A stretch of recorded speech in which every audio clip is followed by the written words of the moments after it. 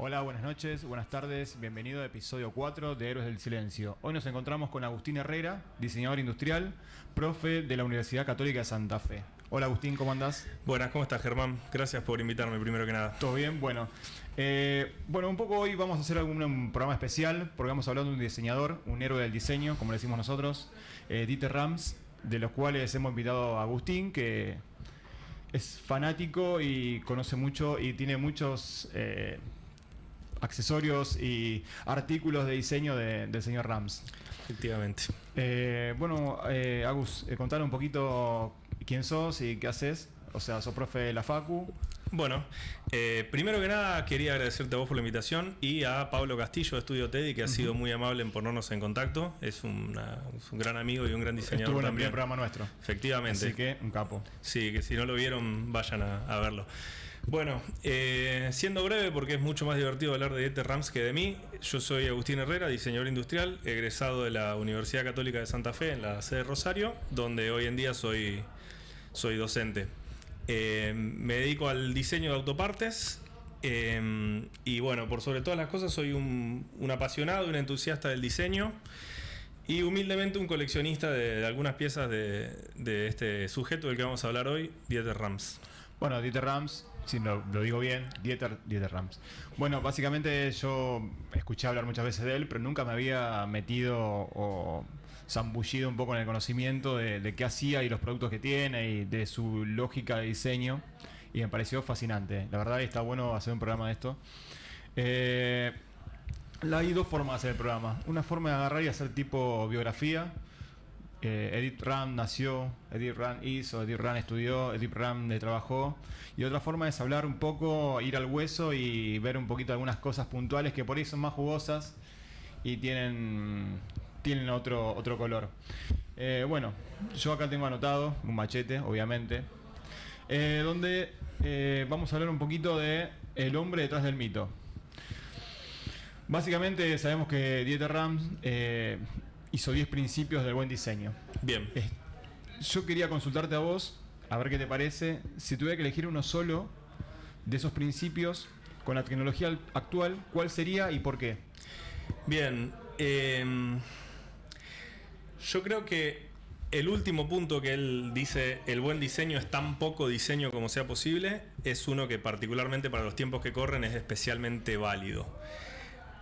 Dieter Rams empieza a trabajar a mediados de la década del 50 y a principios de la década del 60 queda como jefe de diseño de Braun, empresa en la que trabajó prácticamente toda su carrera hasta su retiro en el año 97. Dieter sigue vivo, tiene 93 años, pero... Vi fotos de él. Sí, está grande ya, pero sigue vivo y 99% retirado. Vi fotos de la casa, o sea, básicamente su vivienda está, primero hay muchos muebles que diseñó él, sí. Y después hay muchos artefactos que diseñó de Braun, sí. Y incluso la estantería que diseñó, creo que 606 puede ser. Sí, Bitsoe. La casa es espectacular, hay un documental, si vamos más a lo biográfico, hay un documental que hizo un cineasta que se llama Gary Huswit, que se llama Rams, que es fantástico. Si alguno después de esta charla se queda con ganas de ahondar, lo recomiendo de sobremanera. Bueno, sobre los 10 principios, él a principios de la década del 70 enumera una serie de mandamientos o de principios que él considera que determinan qué es buen diseño. Uh-huh. Y esos 10 principios son notables hoy en día, viéndolos en retrospectiva, por su vigencia, ¿no? El tipo, la verdad que es increíble cómo pudo elaborar esta teoría, este planteo, y que los puntos se mantengan vigentes hasta el día de hoy, inclusive tratando temáticas que en el momento no eran abordadas, como de alguna manera el impacto ecológico, medioambiental del diseño. Agus, y uno de esos 10 principios que a vos te parezca como fundamental y como que hoy tienen...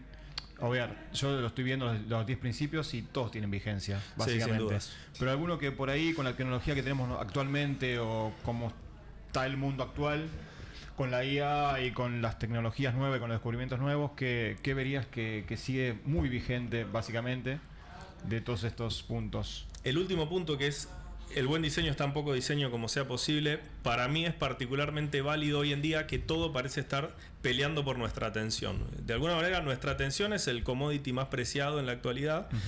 Y esto es particularmente válido cuando vamos a las plataformas electrónicas, las redes sociales y demás. Todo está intentando que nuestra visión se deposite en esa aplicación, en ese producto o en ese servicio, porque ahí está la monetización. Y Dieter Rams planteaba, yendo completamente a contramano de esto, que los productos no deben ser cargados con aquello que no es esencial. Creo que de alguna manera hay un mea culpa que hacer ahí, sobre todo quienes estamos dentro de la profesión del diseño. Pienso que deberíamos tener presente eso para no caer en la tentación de hacer cosas que buscan llamar la atención y no ofrecen nada a cambio. Un poco de ruido, que estamos hablando de todo lo que se diseña. Hay mucho ruido en todos los productos, en todas las plataformas, en todo lo que vemos hoy, y hay mucho ruido que nos llama mucho la atención. Absolutamente. Dieter Rams decía, él se peleaba mucho dentro de la empresa para que los productos tuvieran logos chiquitos. O sea, si nosotros miramos este ventilador, el loguito que dice Brown es diminuto y está puesto en una zona donde no se ve, y el resto del producto no tiene un cartel gigante con la marca. Y él decía que los productos que tienen los logos grandes parece que te gritan. Bueno, ¿qué pensaríamos entonces de las aplicaciones y de las plataformas que todo el tiempo están llenándote de pop-ups y de mensajes así llamativos? Lo que yo pienso por ahí en los productos, sin conocer demasiado, en los productos de Brown, es al tener un lenguaje determinado y una estética determinada, no es necesario que la marca identifique el producto, sino básicamente el usuario es como Apple. Ya conoce el producto al verlo sin saber la marca que es. Sí, absolutamente. Un poco pasa con eso. Lo que yo veo de los productos, bueno, ahí Agustín trajo algunos productos, después los vamos a ver bien. Están buenísimos, los colecciona y son unos chiches bárbaros, pero tiene una estética y una funcionalidad muy austera, está muy bueno. Sí, tal cual. Es clave lo que mencionaste de Apple, porque Johnny Ive, que es el jefe de diseño de Apple desde creo que mediados o fines de los 90 hasta la actualidad, o hasta hace algunos años por lo menos, se ha inspirado muchísimo en Dieter Rams. Y Dieter Rams lo elogia siempre mucho y dice que Apple es de las pocas empresas que él considera que siguen con sus principios. Después, mucho del diseño se ha pasado al universo digital, o sea, es más intangible. Y ahí también hay alguna discusión para hacer sobre cómo se manejan esos productos, esa cuestión. Pienso que alguna crítica por ahí le cabe. Sin embargo, a lo que es estético y morfológico, Apple sin duda es un gran exponente. Sí, un poco los pasos de Dieter Rams. Absolutamente. Es como una continuidad moderna de lo que hizo Dieter Rams. Sí, hay muchos productos que de hecho son, no vamos a decir idénticos, pero bueno, la calculadora, por ejemplo, del iPhone. La calculadora, es, sí. La calculadora de Rams. Sí, totalmente. El iPod. El iPod es muy parecido a una radio. Yo viendo eso también, es muy parecido. Es la radio, básicamente. Sí, tal cual. Pero bueno, está ahí una especie de no copia, sino de inspiración, como dicen. Sí, tal cual. Bueno, también lo que tenemos de Rams, que me pareció muy bueno, es la sostenibilidad de los productos, que no juega a que esos productos caduquen, a que queden en desuso, sino justamente con un diseño austero, limpio y, si queremos usar la palabra minimalista, que no está bien usada, pero bueno, es una palabra de revista, pero bueno, básicamente lo que hace es que esos productos sean atemporales. De hecho, yo veo acá, bueno, ustedes no lo ven, pero acá Agustín tiene un ventilador de personal de mesa, chiquitito, y vos lo ves y más allá que por ahí tiene algún tinte por ahí, el color blanco, un poquito amarillento, algunas cositas, pero no tiene época, no tiene tiempo. Y es ¿de cuándo es eso? Esto es mediados de la década del 70. ¿Querés mostrarlo así? Sí, por supuesto. Un poquito, está bueno. Bueno, mira lo que es. Es un juguete divino, por ahí no se ve bien en la cámara, pero es de la década del 70 y básicamente con un par de cositas, si le sacás el botón y eso, es atemporal, o sea, es de hoy.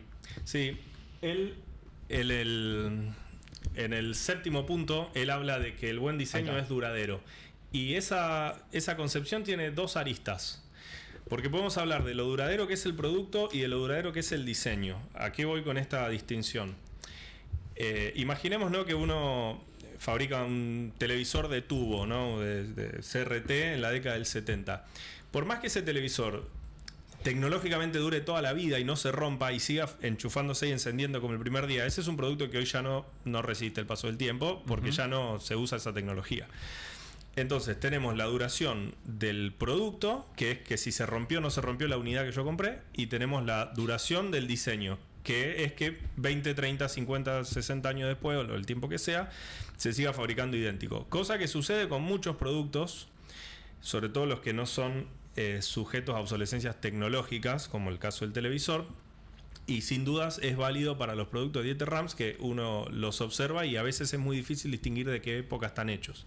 Yo interpreto con este séptimo punto, él habla de que el producto sea duradera la unidad, es decir, no se te rompa al poco tiempo y lo tengas que desechar, que eso a nivel medioambiental hace una gran diferencia, pero principalmente a que no sea un producto que siga una moda.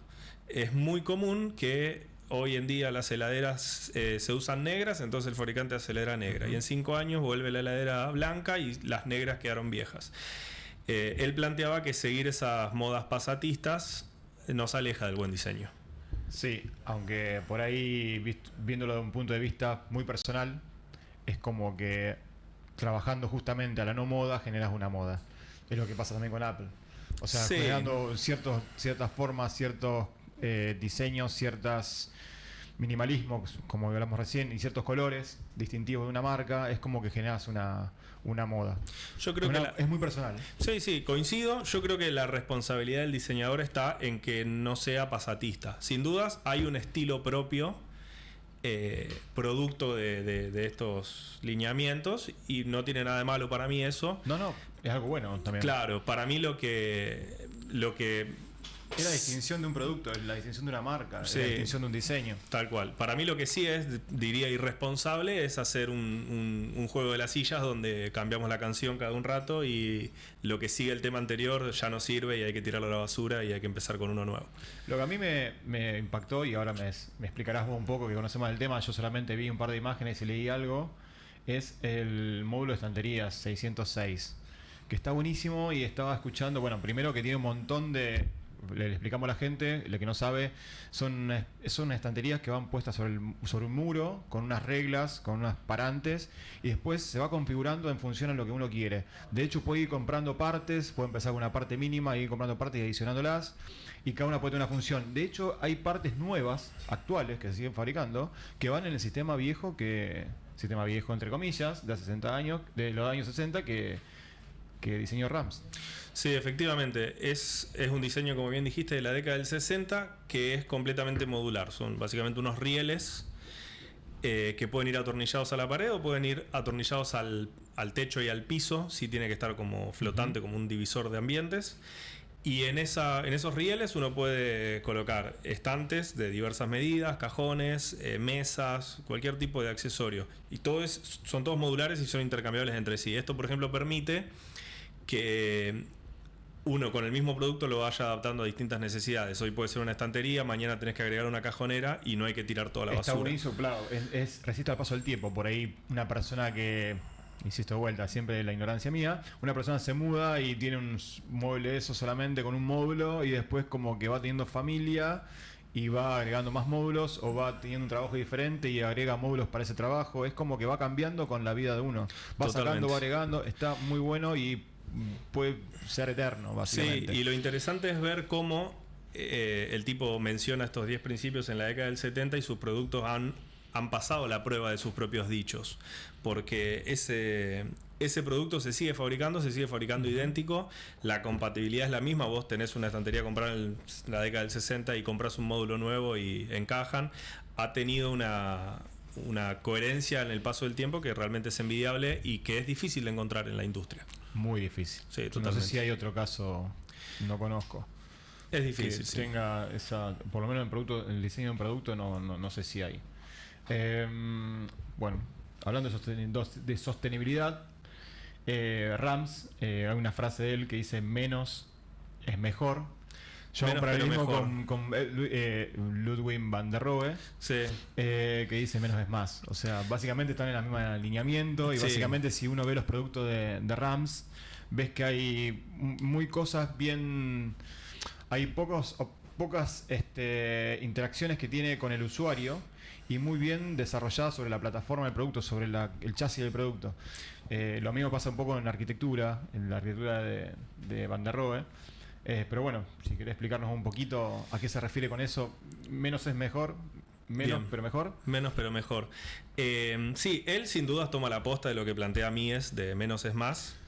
Perdón, estudió arquitectura también. Sí, él es arquitecto, claro, exactamente. Aparte, pero en esa época... Era interiorista y después se empezó a desarrollar productos. Así era, ¿no? Un poco. Lo que pasa es que el diseño industrial como estudio universitario es algo relativamente reciente. Entonces, todos los grandes maestros del diseño industrial eran arquitectos o eran artesanos o no. Difícilmente eran licenciados en diseño industrial, porque eso es una cosa posterior.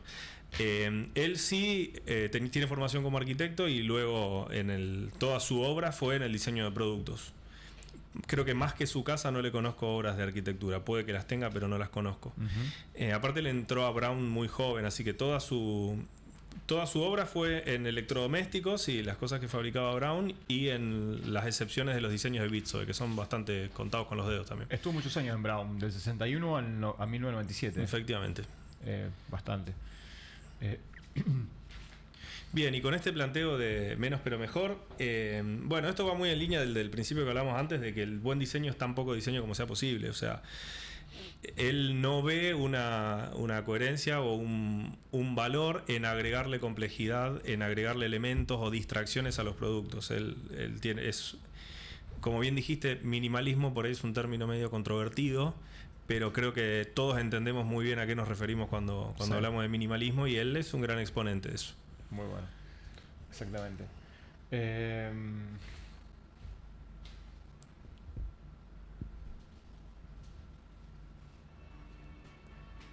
Héroes del diseño con Agustín Herrera, hablando un poco de Dieter Rams. Un poco bastante estamos hablando de Dieter Rams. Sí, sí. Está bueno el tema, es apasionante. Bueno, me estaba mostrando en el corte ahí Agustín un despertador que tiene de Brown, del señor Rams. A ver si podemos mostrar. Para que ponga la cámara. Ahí está, mirá. También, si lo ves, tiene todo donde tiene que tener ese lugar. Está muy bueno.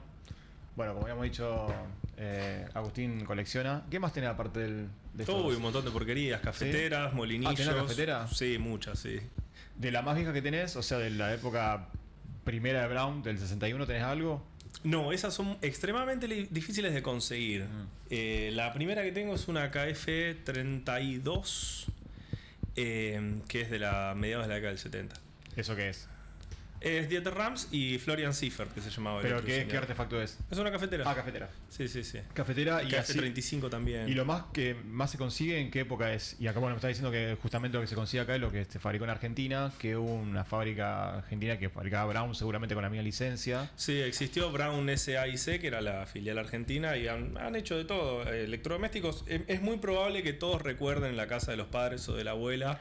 Yo te digo, cada vez que pongo Brown me aparece afeitadora. Afeitadora se vendieron mucho, sí, efectivamente. ¿Sigue siendo la misma casa Brown o es una marca que está... Viste que justamente las marcas se venden y diseñan productos con esas marcas? Bueno, no, en realidad... ¿Brown sigue existiendo? Sí, sigue existiendo. La compró Gillette en algún momento y un poco se alejaron de la línea original de diseño.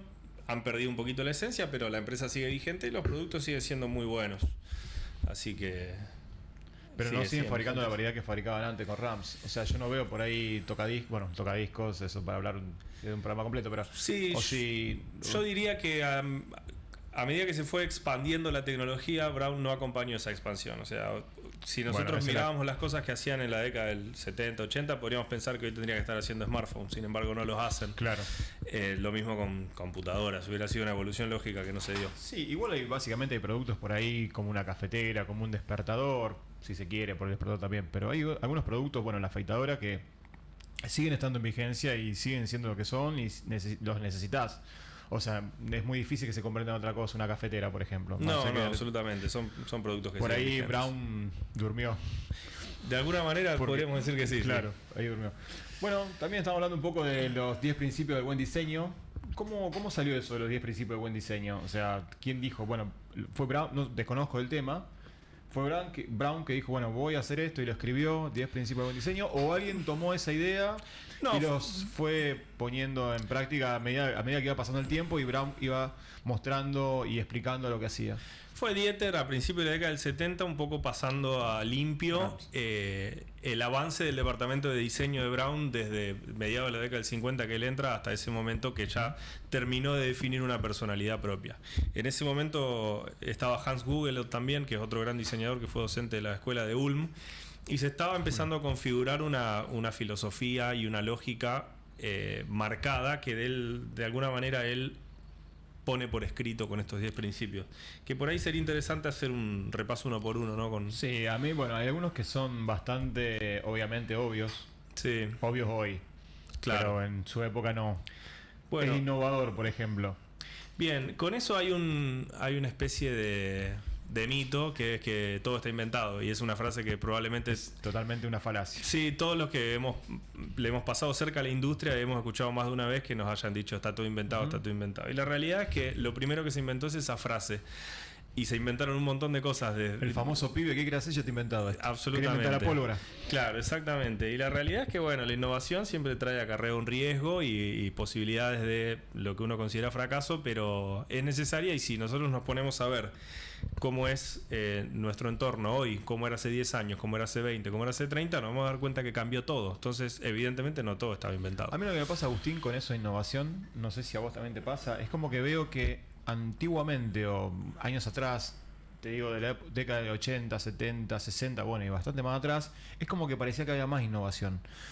Es como que ahora no sabes qué innovación y qué no, es como que hay mucho ruido y no ¿cómo te puedo decir? Es como que no hay algo que se destaque, básicamente. Por ejemplo, en alguna época tenía a Brown, después tuviste a Apple, por ejemplo, pero después ahora ¿quién está, por ejemplo? ¿Entendés? Es como que hay muchos, sobre todo.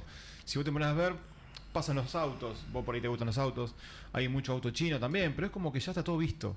Es como que no hay algo que diga, mirá, vamos por acá, digo, y todos volteemos la cabeza y digamos, wow, vamos por acá, ¿me entendés? Es como que no hay ninguna guía de diseño, de desarrollo. Creo que suceden dos fenómenos en paralelo. El primero es que hay una especie de ramificación hacia el infinito en corrientes y subcorrientes y subproductos, y existen cada vez más nichos. Entonces, antes uno pensaba, no sé, un producto de hogar, como decís, la afeitadora. Bueno, hoy en día hay demasiados tipos de afeitadoras distintas para tipos de clientes distintos. Como el mercado se amplía, eso ha hecho que haya nichos particulares dentro de cada cosa. Lo que para mí, por un lado, te confunde y te marea, porque uno no logra identificar una tendencia mundial o un patrón claro, pero por otro lado abre las posibilidades hacia el infinito, porque siempre hay lugar para alguna cosa nueva, porque siempre hay clientes y cómo llegarles.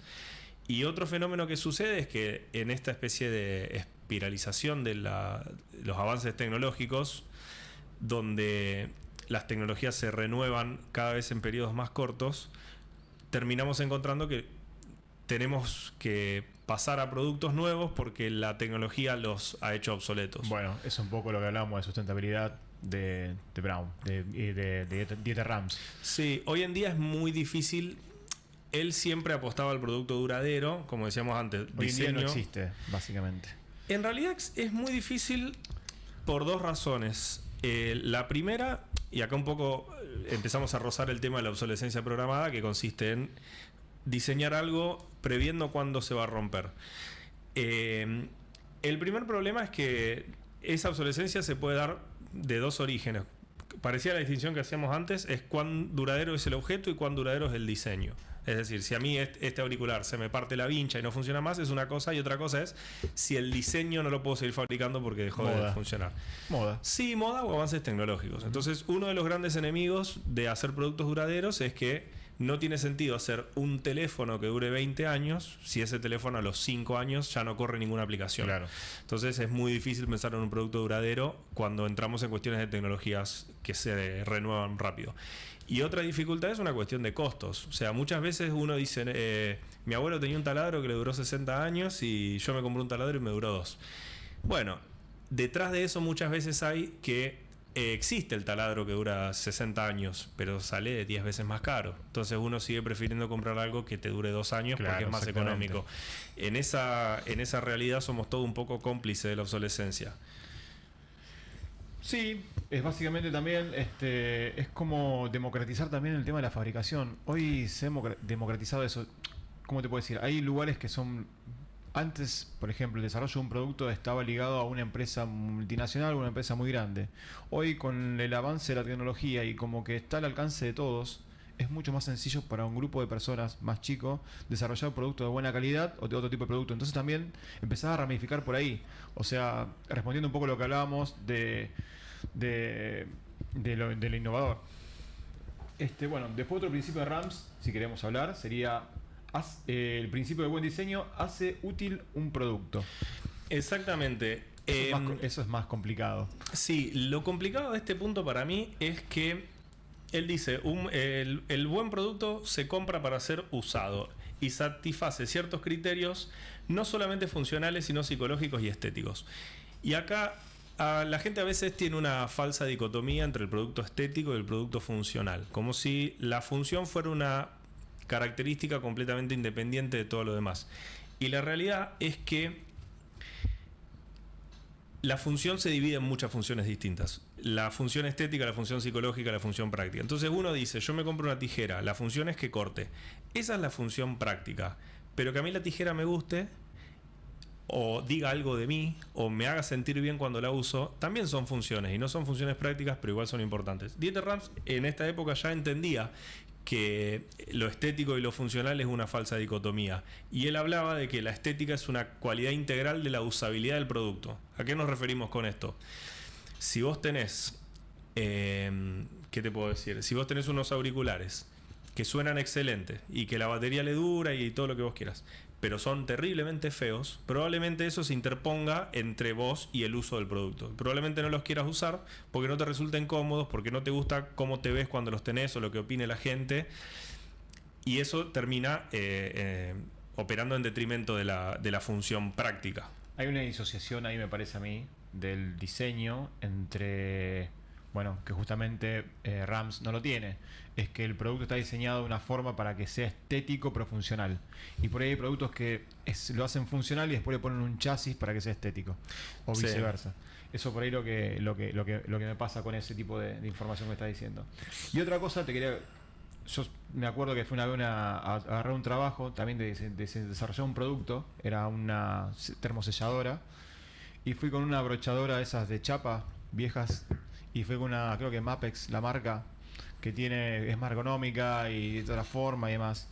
Y es como que los dos tenían la misma función, los dos abrochaban, pero uno era feo, era molesto para trabajar, y el otro estaba buenísimo, tenía colores, era vistoso, y esos colores tenían una función que era un plástico que envolvía todo el producto y te lo hacía ergonómico.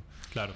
Y bueno, eso es un poco también para cerrar. Sí, hacer útil un producto y que sea estético. Claro, que son cosas que son indivisibles entre sí. Él decía que solamente las cosas bien ejecutadas pueden ser bellas, y a su vez hay una frase mucho más vieja, no pertenece a la corriente de diseño que él integra, pero decían que lo feo no se vende y lo feo no se usa también. Entonces son dos cosas que van de la mano. Los productos tienen que gustarnos para que los usemos, tienen que ser útiles y estar bien hechos para que puedan ser bellos.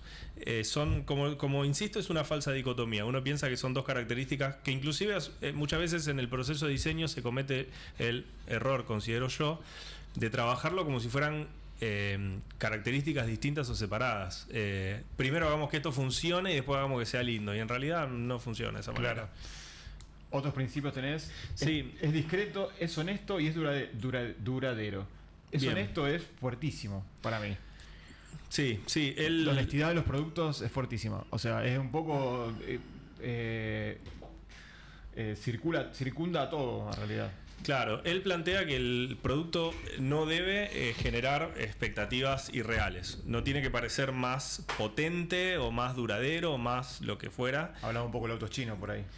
Sí, que vos los ves y son una parafernaria de un montón de cosas y sí. Por ahí no es lo que... En realidad yo pienso que no solo los autos chinos padecen de eso. Se me ocurrió ese ejemplo, debe hacer hay muchas cosas, pero... Ha pasado, si vamos por la línea de los autos, ha habido una corriente desde principios de los 2000 hasta acá de hacer versiones todoterreno de cualquier vehículo, que solamente consistía en ponerle guardabarros negros.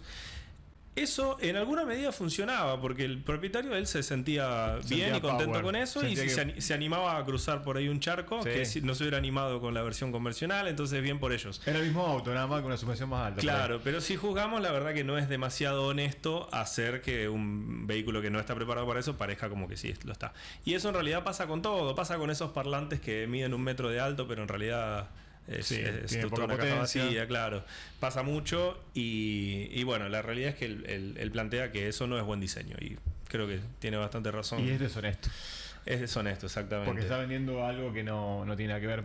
Bien, el punto anterior que dice que el buen diseño no estorba, de alguna manera podríamos traducir. Dice, los productos cumplen una función y son como herramientas, no son objetos decorativos ni obras de arte, que por ahí es una opinión controvertida si la comparamos con la filosofía de otros diseñadores que sí ven lo suyo como cuestiones decorativas. Sí, pero al final terminaron siendo obras de arte. Sí, Dieter es medio estructurado, ¿viste? Tiene es muy alemán y es muy ingenieril. Sí. Yo por ahí... coincido con algunas cosas de otros diseñadores un poco más artistas como Philippe Starck o otros diseñadores que sí ven una dimensión más escultórica en sus objetos, pero el planteo del tipo me parece que es válido para el 99% de la industria. O sea, la realidad es que si vamos a la realidad del trabajo, en lo que es la producción, en lo que es el mercado, ese producto obra de arte, producto decorativo, es completamente marginal, no existe. O sea, la enorme mayoría de las necesidades son: este producto tiene que cumplir con una función específica de la mejor manera posible, y si no estorba, mejor. Algo muy extraño que por ahí no pasa, por ejemplo, con Apple, es que es un producto discreto y cumple un montón de los principios de buen diseño, pero termina siendo un producto decorativo. O sea, ya socialmente es un producto decorativo, se transformó en un ícono. Sí. Y eso es como que por ahí hubiera pasado lo mismo con Rams, con los productos de Rams. Se transformó en un ícono. Rams por ahí se transformó en un ícono, pero por ahí por el diseño que tienen y por la distancia temporal. Es como que yo creo que cada vez que va pasando un poco el tiempo, los productos de RAM se van a ir valorizando, lo que hablábamos recién. Es tanto el ventilador que tenés vos como el reloj, en algún momento van a ir saliendo cada vez más caros porque justamente se van a conseguir menos y son productos de diseño de un diseñador muy conocido. Distinto por ahí con Apple, que por ahí ya te digo, el objeto mismo, el teléfono, por ejemplo, un teléfono, un iPhone, es ya un objeto de culto y diseño. O sea, se transformó en otra cosa. Más allá que la funcionalidad es buenísima, más allá que tiene un montón de cosas espectaculares, es discreto, es honesto, es duradero, es estético, hace útil un producto, es innovador. Pero es un ícono, un ícono. Sí, hay una dimensión cultural donde el objeto ya... Y eso no estamos analizando por ahí, no estamos cerrando esa dimensión cultural, que me parece que es nueva. No sé si es tan vieja o tan anterior como los productos de Rams, por ejemplo. En esa distinción que hacíamos antes de la función estética, la función práctica, etcétera, podemos hablar de la función simbólica. Y muchas veces el producto funciona como una especie de hipervínculo a muchas cosas que nosotros sabemos que ese producto significa. Uh-huh. Entonces, nosotros hoy vemos una camiseta de la selección con un 10 en la espalda y no nos da lo mismo que tenga un 9 o un 11. Claro. Significa un montón de cosas. Entonces, uno cuando mira esa camiseta de Argentina con el 10 en la espalda, inmediatamente piensa en un montón de cosas que no están directamente visibles en la camiseta que estamos viendo, pero funciona como hipervínculo. Eso ya nos hace pensar en Maradona, nos hace pensar en Messi, y hay todo un componente cultural detrás. Muchas veces pasa con productos que se transforman en íconos que nada, uno ve una cosa, pero en realidad hay mucho más detrás que uno lo interpreta cuando lo ve. En los productos de Apple empieza a pasar un poco eso, pasan muchas cosas que se vuelven lo suficientemente célebres como para ganarse un significado propio por encima de lo material, ¿no? Exactamente, por encima de lo que representa el producto, de lo que es el producto, para lo que sirve y demás. O sea, sí, es otra cosa. Sí, es absolutamente. Un ser, estar y pertenecer por ahí. Claro. O sea, un producto de Apple. Es minucioso hasta el último detalle, es otro de los 10 principios del buen diseño. Es lo que estamos hablando un poco de cada cosa ordenada en su lugar. Sí, él tiene en la línea con este planteo de que no tiene que haber cosas de más. Él plantea que todo lo que está en el diseño tiene que haber sido reflexionado hasta el mínimo detalle. Entonces él básicamente habla de lo minucioso de su proceso y de no dejar cabos sueltos ni cosas al azar. Hay una tendencia muy opuesta a sus principios de hacer productos que sean llamativos, que estén ornamentados, que parezcan otra cosa, donde nada, a veces se agrega por agregar o se complican las cosas porque uno piensa que eso los mejora. Él tiene esta filosofía de ser muy minucioso, de ser muy detallista y de que cada decisión que está detrás del diseño haya tenido Yo veo trabajo. que respeta, bueno, si bien trabaja con todos los que es chasis plásticos, bueno, vi un poco el tocadisco y demás, que tenía madera, es como que respeta los materiales. O sea, la madera es madera, el plástico no quiere ser otra cosa que sea plástico. Es como que es muy noble con el tema de los materiales y es honesto con eso. Sí. O sea, no hay nada cromado, brillante que sea símil metal en un plástico. O sea, que hoy por hoy yo veo muchos productos por ahí que tienen eso, que intentan hacer otra cosa desde el diseño. Y usan los materiales como si no fueran los materiales que son. O sea, usan plástico como metal, usan madera como... usan plástico como madera. O sea, hay mucha superficialidad en el trato del material. Sí, totalmente. Esto va muy en línea con lo que él hablaba de la honestidad del diseño. Bueno, esto es anterior a él también, ¿no? Ya desde la Bauhaus se hablaba de los materiales puros y demás. Hay un movimiento arquitectónico que justamente sigue eso. Sí, tal cual. La realidad es que... racionalismo. Sí, exactamente. Él siempre buscaba esa honestidad, esa, de alguna manera, transparencia y que el producto sea verdadero, podríamos decir, ¿no? Sea honesto. Sí, totalmente. No hay mejor manera que decirlo. Bueno, otro más, es respetuoso con el medio ambiente. Y esto parece algo como que se recicla o demás. Bueno, lo estuvimos hablando recién también, o sea, en el bloque anterior. Sí. En realidad, lo que habla Rams, es lo que me decías vos, es el uso del producto y justamente el diseño, hacer un diseño noble, innovador, pasar desapercibido, es como que no pasa de moda y puede usarse siempre o puede seguir usándose a través de los años. Eso es algo que hace que sea bueno para el medio ambiente y sea sustentable. Hoy por hoy se habla de sustentabilidad cuando decís que el chasis del producto es reciclable. Bien, lo principal acá es lo notable que es que el tipo ya haya estado analizando esta arista en ese momento. Estamos hablando de que esto lo dijo más o menos al mismo tiempo que Víctor Papanek, que escribió Diseño para el Mundo Real, que es uno de la bibliografía fundamental del diseño respetuoso del medio ambiente, podríamos decir. Pero era un tema nuevo en esa época, no era una discusión que ya estuviera instalada en el mundo del diseño industrial o en la industria. Lo que nos pasa es que hoy en día hemos ganado mucha más conciencia sobre la importancia del impacto medioambiental, pero al mismo tiempo estamos mucho más perdidos sobre qué es lo que hay que hacer. Porque nosotros hablamos de que un producto sea respetuoso con el medio ambiente y no sabemos si es que el producto sea reciclable, si es que el producto esté hecho con cosas recicladas, si es que sea duradero, si es que tenga huella de carbono baja, si es que sea local, porque el impacto ambiental de la producción es tan difícil de analizar que excede las capacidades que el usuario tiene. O sea, yo puedo ir a comprar este vaso y la realidad es que yo no sé si este vaso, para que me llegue a mi casa, tuvo que atravesar 10.000 kilómetros en un camión contaminando o lo hicieron acá a la vuelta. Y no da lo mismo y yo no puedo saber cuál de los dos es. Tampoco puedo saber el origen de la matriz energética que alimenta la planta que produce eso. Entonces a nosotros nos excede. Y uno termina conformándose con, bueno, si esto dice que es reciclable, si dice que tiene huella carbono neutra, me doy por satisfecho. Como engaña pichanga todo eso. Y la realidad es que a medida que hemos empezado a darle importancia a eso, también eso se volvió una característica deseable y una herramienta de comercialización. Entonces, que es muy difícil de contrastar con la realidad. Entonces, hoy en día sabemos que si yo digo que esto es ecológico, va a haber gente que lo va a valorar y lo va a comprar y no tiene ninguna forma de saber cuán cierto es lo que yo digo. Claro. Yo lo que pienso particularmente es que lo que sí podemos hacer para que un producto sea ecológico es que no sea descartable. Eso es tan sencillo como que si el producto dura mucho, va a tardar mucho en convertirse en basura. Es lo que hizo Dieter Rams. Bueno, y sus productos, él con este planteo de que las cosas tienen que ser duraderas, eso lo potenció. Sí, lo resolvió muy rápidamente. Después, la realidad es que los productos sean realmente respetuosos con el medio ambiente es un trabajo extremadamente complejo. yo pienso que es importante tenerlo presente y hacer lo que se pueda, ¿no? Porque después la industria y el mercado tiene requerimientos que son difíciles de ignorar, ¿no? Claro. Hay algo que me interesa mucho a mí, que es la parte político-social del producto.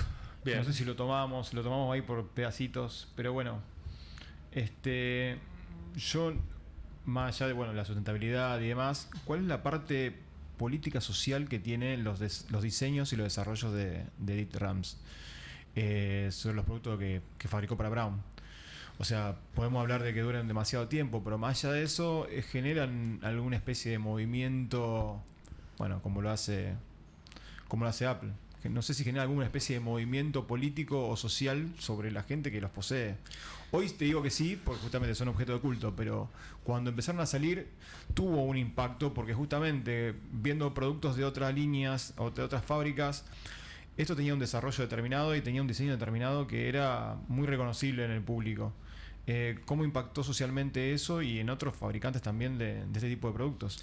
Bueno, yo diría, él no lo denominaría un activista político, no es un tipo que le conozcamos demasiadas... que esté demasiado involucrado. No, pero por ahí su obra, por ahí pero lleva... Sí, yo creo que lo que sí es notable, sus productos, por ejemplo, no tenían una función simbólica asociada a la ostentación, que a veces en otras marcas pasaba. Existía una cosa de, nosotros vamos a fabricar esto para que luzca caro y sea exclusivo y sea deseable, porque queremos que nos lo paguen mucho. Claro. Y que básicamente que sea un símbolo de estatus. Su obra ignora completamente eso. Él ha trabajado en productos que han sido muy masivos y económicos. Como les digo, probablemente todos en la casa de sus padres o abuelos hayan tenido un molinillo, una cafetera. Y también ha hecho cosas que son bastante costosas, como las obras de Bitsoe, sin ninguna distinción, porque realmente la cuestión de esa... Él ignoraba esa... No era cuestión de costo, era cuestión de diseño noble y sustentable. Era completamente ajeno a la opulencia. Y luego creo yo que en los últimos años hemos visto un crecimiento del minimalismo como filosofía de vida, volviendo a hacer el paréntesis de que minimalismo es un término controvertido aplicado al diseño, pero hoy en día como filosofía de vida, como estilo de vida, está en auge porque vivimos en unos tiempos que estamos un poco como sobreestimulados de información y de contenido y de ofertas de productos y de servicios, por lo cual el estilo de vida del minimalismo es un poco una revolución y una revelación contra eso. En ese sentido, yo siento que cualquiera que se acerque a esa filosofía va a encontrar en Dieter Rams exactamente una gran coincidencia, porque desde el punto de vista de los productos se nota mucho. Sí, se nota, sí. Él inclusive tiene algunas declaraciones recientes hablando de la industria automotriz, donde él critica enormemente esta idea de que todos tenemos que tener un auto, porque a nivel urbanístico dice que es inviable, y él apuesta 100% al transporte público. Estamos al revés ahora, estamos tratando de eliminar el auto. Sí, y él de alguna manera su planteo suscribe a eso. Lo gracioso es que en el documental de Gary Husbit que hablábamos antes, inmediatamente después de ese comentario se lo muestra volviendo a su casa manejando un Porsche 911 de la década del 90, disfrutando mucho la experiencia. Claro. Y bueno, la realidad es que uno podría pensarlo como una contradicción, pero él en ese momento uno podría ver que no está solucionando una necesidad práctica, no está eligiendo la forma más eficiente de volver a su casa de dar esa charla, sino que está disfrutando de un buen producto. Por eso, que también es válido y no hay ninguna contradicción ahí. Hablando de, te voy a sacar un poco de Dieter Rams y hablando un poco de vehículos, que es lo que también te apasiona. Sí. ¿Qué vehículo te parece hoy, una marca o un vehículo hoy, te parece un buen producto?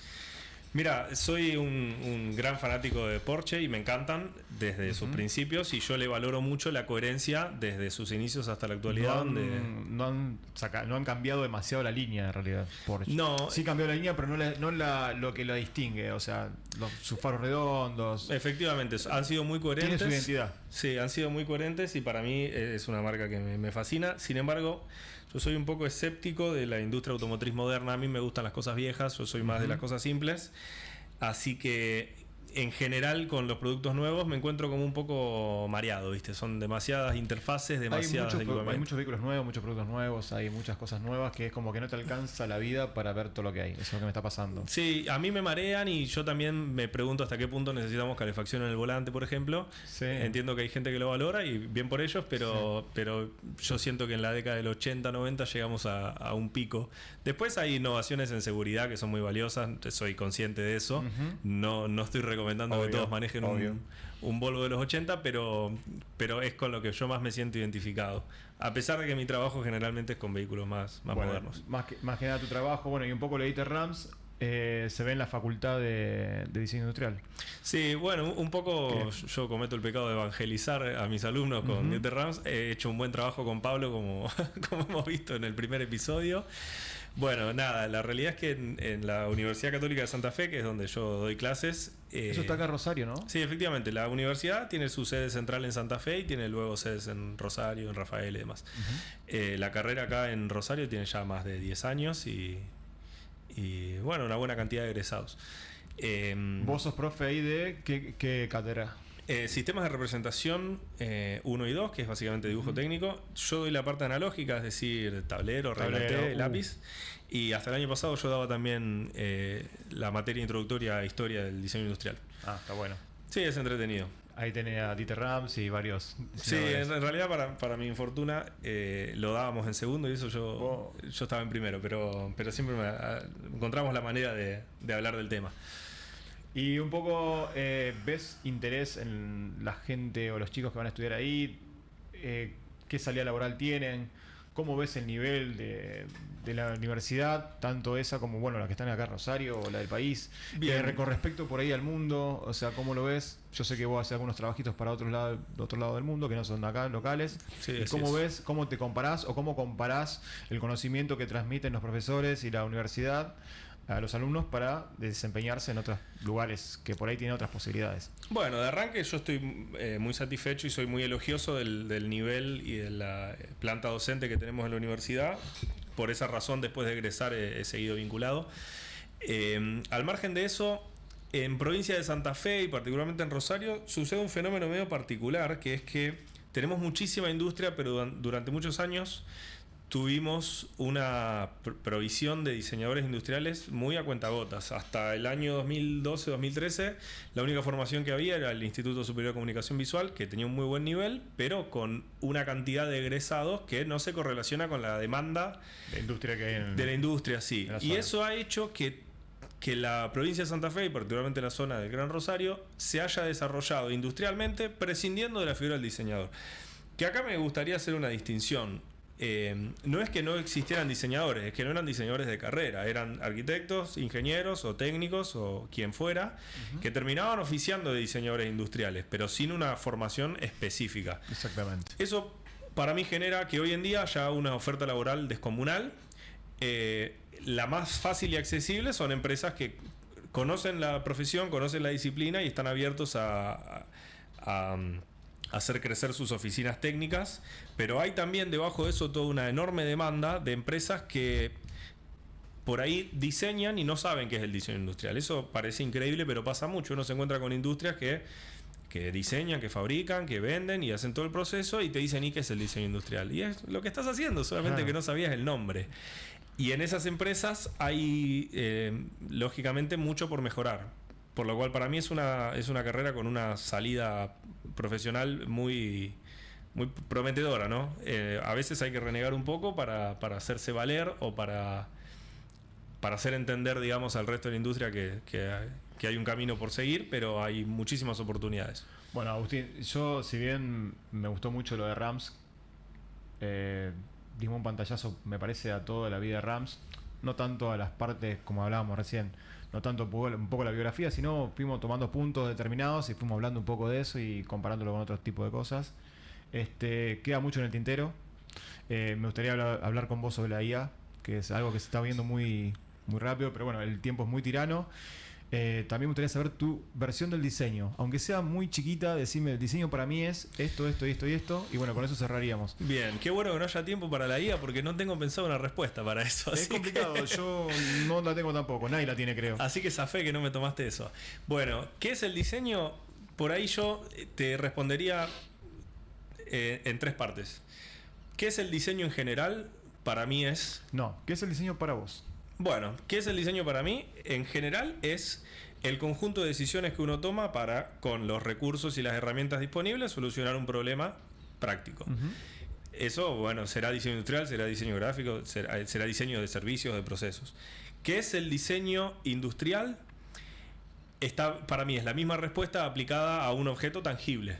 Y un objeto tangible que se desarrolla industrialmente, ¿no? Utilizando máquinas y demás. Y por ahí me gustaría hacer la distinción entre qué es el diseño industrial y qué es la licenciatura o la profesión del diseño industrial. Porque en el momento en que a uno se le rompe un mueble de la cocina y encuentra una tablita que si la tornilla queda, qué sé yo, está trabajando diseñador, por más que uno sea contador.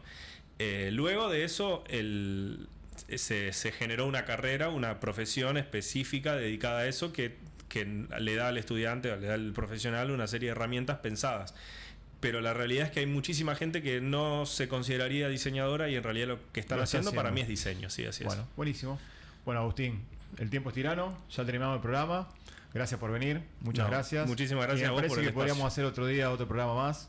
Tenemos para hablar mucho. Yo encantado. Aparte, toda la gente de mi entorno está cansada de que yo le hable de esto. Así que bueno, por eso acá tenés un espacio espectacular. Es un sueño. Bueno, a ustedes gracias por acompañarnos otra vez en el episodio 4 de Héroes del Diseño. Nos encontramos la semana que viene con otro invitado y con otro tema. Y bueno, chau, gracias. Gracias, Agustín Herrera. Por favor, gracias. Chau.